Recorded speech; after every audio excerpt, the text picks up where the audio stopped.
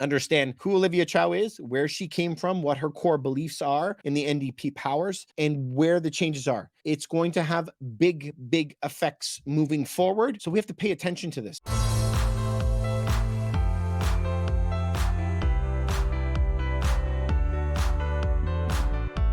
Canada has just elected its first Canadian Chinese mayor of a major city. Toronto is a very large city. Vancouver is the second large city. We just elected Olivia Chow. Now, a lot is going to change for your investment portfolios and for real estate. And we have to know what is going to change. There's monumental changes afoot. Let's take a look at some of them to see how it's going to affect you.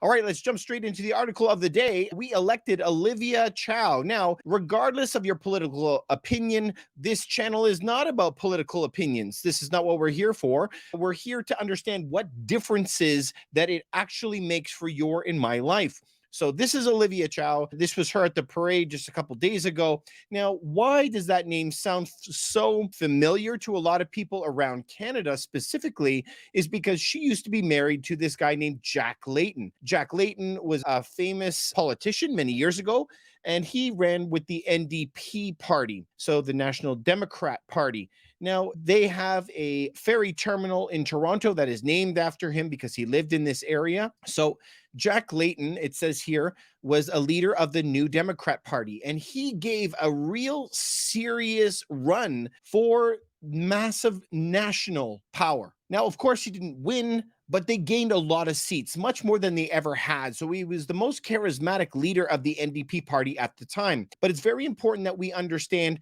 what they actually represented, right? What they feel is the way to govern. So he was married to Olivia Chow. Look at this. They've already changed the Wikipedia page. So what do New Democrats actually believe? So the New Democrat Party is self-described as a social democratic party. What does that mean? It means it's left or more liberal, or what's even more past liberal? I don't know. I guess NDPs are even more liberal than the liberals. So where does that actually stand? I think that it's easier for people who don't live in Canada to understand where they are. So it says they support a mixed economy. What on earth does that mean? First of all, it means that they want more welfare. So more people to qualify for welfare with higher welfare payments. They want to champion LGBT rights, and they want international peace. I find that one very funny, my guys. We want to promote peace and environmental stewardship. They want Canada to have universal healthcare system, which includes dental care, mental, eye and hearing, infertility procedures, and prescription drugs. Now, this is directly off of their website, okay? We don't ever want to push down anybody because of the political beliefs. This specifically is straight from Wikipedia. I thought it would be safe. I know that this is very triggering to a lot of people, but this is the background that Olivia Chow is coming from, where they want more welfare and LGBT rights and environmental stewardship and universal healthcare. That's what they want. So Olivia Chow has a list of things that's going to be directly impacting Toronto. So we want to know specifically, right? What on earth is it? Like, what's actually going to be happening? So Chow has promised to build a dedicated busway to replace the decommissioned Scarborough RT to the tune of about 60 million. She said she'd be funding this from replacing the Gardiner Expressway with an at-grade Boulevard at Cherry Street. It's important that we understand where that is. This is downtown Toronto. If you can see it here, CN Tower is right here, and where they play the game. Gardiner is this elevated highway that runs down the middle of the city. If you take a look at Toronto as a whole, it's a massive city, and it only is bordered by 4 main highways. I'm talking 1 up, 1 down, and 2 across. It's kind of like a giant box where the city is in the middle. Now, if we want to zoom in to where she is proposing to save all this money, you could see that the East-West Gardiner Expressway branches off to the Don Valley Parkway going north. So it's this area right here. So Cherry Street sits right here, where they're going to be starting to do this massive development where the Google city of the future actually pulled out. So if we try to take a little bit of a street view and take a look at it, you guys might remember this, that there's an elevated area here where there's lanes above, and the lanes are branching off right here in this section to wrap around. You could see this section right here onto the DVP. So it's an elevated highway. So the purpose of having an elevated highway, the purpose of all of that is so that you can have 1, 2, 3 lanes here underneath, 3 lanes on this side. So now we're up to 6 lanes. And on top, you can have several lanes here, several lanes here, several lanes here. So the idea behind it is you can have a dozen lanes that are only taking up the space of maybe 6 lanes or 5 lanes. So her idea is to knock down all of these and not rebuild any of them, and then only leave these lanes underneath. So listen, again, this is not a political channel. This is not our purpose. But what you can know absolutely without fail is when you take a dozen lanes and squash them down to 5, traffic will go up. Toronto has only had increased traffic over time. You might need another layer, like 2 suspended roads, to deal with the traffic that we have right now. Already in the city, you are absolutely paralyzed. If you leave between 3 p.m. and 7:30 p.m., it's a parking lot. This is the craziness that's happening in Toronto. So in order to make that dedicated bus line, 60 million, of which is probably going to take a decade and cost a lot more. But over that, that's, I digress. Removing lanes of traffic only will increase traffic, right? It's like physics, right? We don't want to be political. I'm just saying this is what's going to happen. Absolutely. You remove all of these elevated lanes and squash them down to all what's down here, there will be more trouble. Okay, so that is her first thing. But let's speak for both sides, okay? The Scarborough train, there used to be a train that came down this way into the city that they removed, but that should increase for over here, but it's going to create a big problem for Toronto. Okay, so another thing that she's going to be doing, housing. This is the thing that everybody and their dog is talking about. Now, I have to tell you that number one, just talking about traffic in itself will really, really, really hurt a lot of investment. So did you notice that where I said all of this traffic is going to be bunching up? Right here from where they're going to knock it down and build this area. But what you don't see, okay, what you don't see is this entire development here is supposed to have 50,000 people that are going to be built in there. Look at the density that is up in this area of towers and imagine that they want to build 50,000 people in this area right now, okay? Now, also the soap factory that used to be here, this entire region here is all going to be another massive project, another 50,000 people. So if you're going to add 100,000 people to this area that used to be all industrial, and now you want them to all come into this zone right here where there is very, very minimal possibility of traffic, it could cause a lot of problems. Anyway, just saying, no matter how you slice it, there's going to be some issues. Okay, let's move on. Housing. This is how it's going to affect housing. Now, they want to increase Toronto's vacant home tax from 1% to 3%. Now, in theory, raising the vacant home tax is a good thing. The number one reason why you want to invest in real estate is rule of law. Rule of law is the only rule that you should be following. That's the number one thing if you're looking at where to follow. I even have family members that are talking to me about why should I invest here when I can invest in Nicaragua, Costa Rica, if I can go down to Colombia. Rule of law is very important, and you need to have that property rights. So that's why a lot of people come here and buy houses and then leave. So a lot of people can come to Canada. Immigration is very loose here. You can move to Canada, buy all your property, dump your cash here, buy a home, keep it vacant, and head back to your country. It's a good, safe place to put it. In their own countries, many times, it could be crime dealers or governments or whatever that go in and seize the properties. In this case, you can do the opposite. You could dump your money here, it's safe, go back and continue working. And so they want to discourage that, and they have taxes, making sure that they're utilizing homes. Now, in Toronto, we have an epidemic of that because we have 250,000 homes that are sitting empty, and the estimates on that is very, very hard to determine. So the way that they want to tax that, instead of having a 1% tax, they want to increase it to a 3% tax. Now, this sounds good because they are going to be using all of that money for low income homes geared to rent or something like that, right? Affordable housing initiatives. Here is the problem. If you go and look at the Toronto vacant home tax, it actually is a good idea. The goal of the city of Toronto's vacant home tax is to increase the supply of housing by discouraging owners from leaving their residential properties unoccupied. Homeowners who choose to keep their properties vacant will be subject to this tax. Here comes the problem: how it works. Please note, all residential property owners in Toronto are required to declare the occupancy status of their property annually, even if they live there. Declarations must be made by the homeowner or somebody on their behalf. The declaration determines whether the vacant tax home applies and is payable. I don't know. Did you catch that? So they're going to mail something to your house, and depending what box you tick, then that is what's going to determine whether or not you pay. It's an honesty practice. So in Toronto, where we're sitting here, where we could have 250,000, 300,000 units that are empty. These letters go out and are mailed to these empty properties. The number could be much higher. It's hard to know. But we go into a lot of buildings where half the building is just sitting empty. So you have to understand, how this goes. And so Toronto, how many properties? Just 2,100 properties reported empty. You can't make this stuff up, man. So this is the fun thing behind it. We're not a political channel. We don't ever want to be, right? But there's a difference between yelling something from the mountaintops and actually seeing it how it works. So when property prices go loud, we get on the news, and this doesn't matter the party. This doesn't matter the mayor before, the government before. This is just how the world works. Number one, they're going to say, don't worry, we got this under control, vacant home tax, to which the crowds come out of their homes and cheer. Rah!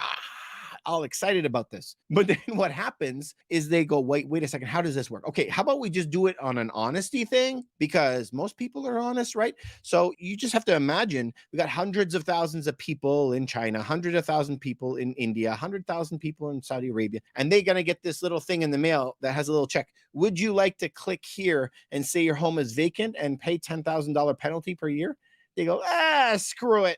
I'm just going to say it's occupied and let's see what happens. I don't know, man. This is crazy. I don't know a better way to fix it, but I just don't think that this is the way. So Olivia Chow, what they want, okay, is for it to go up to 3%. It's not going to move the needle at all. For all you that think that 3% tax is going to afford these affordable housing initiatives, listen, the 2,100 that actually reported an empty property tax, guys, this is nothing. It's not going to touch a thing. Chow is also promising to build 25,000 homes in city-owned land in the next 8 years. These homes would be developed as a city as well, with a minimum of 7,500 affordable units, 2,500 units geared to rent income. And of course, I'm not really surprised about that. This follows the NDP actual mandate and how they want to run things. So if we are going to take a look at Toronto and their building, let's take a look at that, because we got to understand where she's coming from. So in Toronto, how many properties are built? Actually, downtown Toronto, it looks like 8,000 units were built last year. This is 2022. 8,000 units were built in Toronto. And if we look around, there's 2,000 in Toronto North, 2,000 in Toronto West. It looks like here in Richmond Hill, there was 5,000. So if she's saying, I don't know what the total is up here, I would have to kind of add it up, but let's call it like 20,000 homes. It's a little bit impossible, I think, but it's really good to have very lofty goals. I think overall, I think it's very good to have lofty goals, but to see 25,000 homes within 8 years, that is basically what? 2.5 years of constant building based on the charts of the starts that we have now. Already, please note that Toronto has the most cranes on the planet right now. We're 250 cranes in Toronto. In North America, we're the second largest place, I think, is San Diego with 50 cranes, I think it was, and we have 250. So we would have to be ramping up building a lot more, and we would need years of solely dedicated to building just in Toronto. So I know that the first thing that's going to come back, they're going to say, David, that's impossible, right? Because not everybody can agree. Not everybody can agree on what we should do. But you guys also have to remember what the new laws changed. Let's scooch to the end. Strong mayor powers. The powers allow the mayor to overrule a council decision based on provincial priorities, such as housing or housing infrastructure, as well as present a budget and hire certain staff. Okay, but the main thing, they have the power to overrule council's decision. So that is strong mayoral powers. This, you guys, can move the needle when they have these strong powers that Doug Ford, who runs Ontario, has just started. So this is very likely going to continue down this path that she's setting forward. So you have to ask yourself at the beginning, she wants to spend a lot of money on this Scarborough RT, but she's going to get it by knocking down all of those lanes. Problem. She's going to raise the rates on empty homes. That's going to affect a lot of realtors and how they are going to be investing, and whether it's even a local person that is investing those empty ones. These $25,000 homes, 25,000 homes that are going to be built for low income. The odds of them being able to build that in the next 8 years, math just doesn't line up on that. Ontario Place, this is important, I guess, for people to know. It is a gigantic park that is in Toronto. If you move over to it, it's a giant empty area, to be honest. It's a big, huge island that has a marina on it. It has Budweiser stage. It's a lot of land that they didn't know what to do. They've been talking about this forever. It's basically empty and been going back and forth whether they should fill it with towers. And the recent leader has said that they want to put a giant spa on that. So what are they going to do about that? Well, Olivia just does not like that. She doesn't want the spa to be put there and wants a large public park. Okay, so all we hear is a lot of money. So they want to increase municipal land tax on homes over 3 million. So obviously, if they have to increase the taxes on homes over 3 million, that's going to squash home prices down because the taxes will be higher on that. Remember, for every action, there is going to be an equal reaction. So if they're going to increase taxes on homes over 3 million, that means homes under 3 million are going to be going up and homes over 3 million are going to be coming down. Also, she wants to have a modest increase in property taxes on everybody else. Now, she will not give a number on it, on what it will be. Of course, there's been a lot of people speculating on that. We've heard numbers of 25%, 30% increases to taxes. But in all honesty, even if she doesn't hit that and she hits 20% increase, that's really, really, really going to affect realtors. It's investors. Residential investors are the number one people it's going to smack. But this is going to hurt companies. It's going to hurt individual people who own their homes. It's going to hurt investors. Remember, they got to take more money. So as they soak more money out of one section of the economy to put it somewhere else, there's going to be reactions. So this is a massive change. So I know that a lot of the news is coming out saying, oh, first Chinese mayor in Canada on a major city. And I don't really judge people by their skin color. I want to judge them based on the quality of their character. And I think everybody should. I don't think it's an accomplishment that you were born, with whatever skin color. What I want to do is, like, if you're a great person, a great leader, I think that's what we should all aspire to be. But this is not a political channel. I keep saying that because we get a lot of texts and messages and DMs and all this stuff about it. But regardless of that, we have to understand where the market is going so that we can be ahead of it. Remember that Wayne Gretzky, our famous hockey player, always said, you don't skate to the puck, you got to skate to where the puck will be. You need to know what is coming, because what happens if that Scarborough area is going to be built, those extra lanes for the bike lanes? That means properties there will go up. What means if there's more traffic down near Cherry Beach when they knock down the Gardner? That means property prices will go down. What happens when taxes go up above 3 million? Home prices will come down. What happens is everybody runs down to the properties that are 2.5 to 3 million instead of doing the 4 or 5 million. That means those property prices will go up. What happens when taxes are increased on all the other properties? That means people, the landlords, will have to charge more in rent.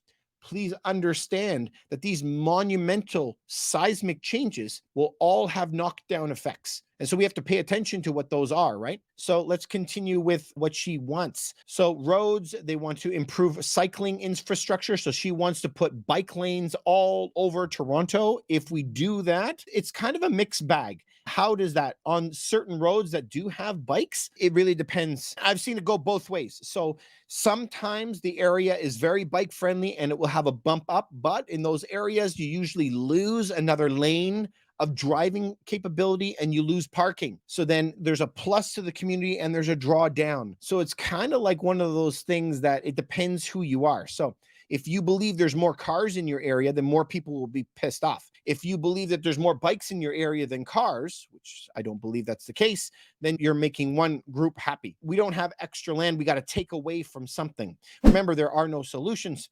There is only trade-offs. And so I think that these powers, these new strong mayoral powers, which they can overrule council decisions, this is going to have some big impact. We have seen for a long, long time, a very long time, that things can never get done when a mayor comes into power. all the time, all over the world, right?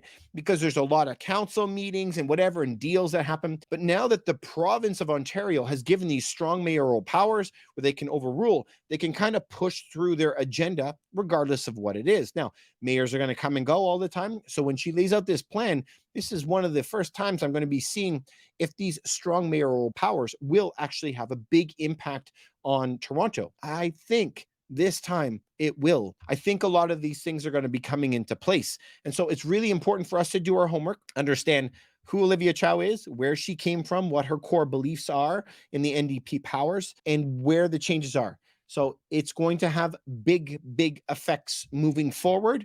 So we have to pay attention to this. So when you're going to see this stuff, these things I'm mentioning, when you see certain areas that could grow and get more valuable and other areas that are losing value, you kind of want to get rid of the ones that are losing value and buy into the ones that are going up in value. Catch my drift? Anyway, guys, I hope that this gives you a lot of information on how to invest in the future. Thank you very much for coming to our channel. Please consider subscribing if I gave you any value. Like this video and notify me. Send me DMs. Let me know what you're thinking about. Leave a comment on it. It really, really helps out the channel. It would mean a lot. Thank you very much.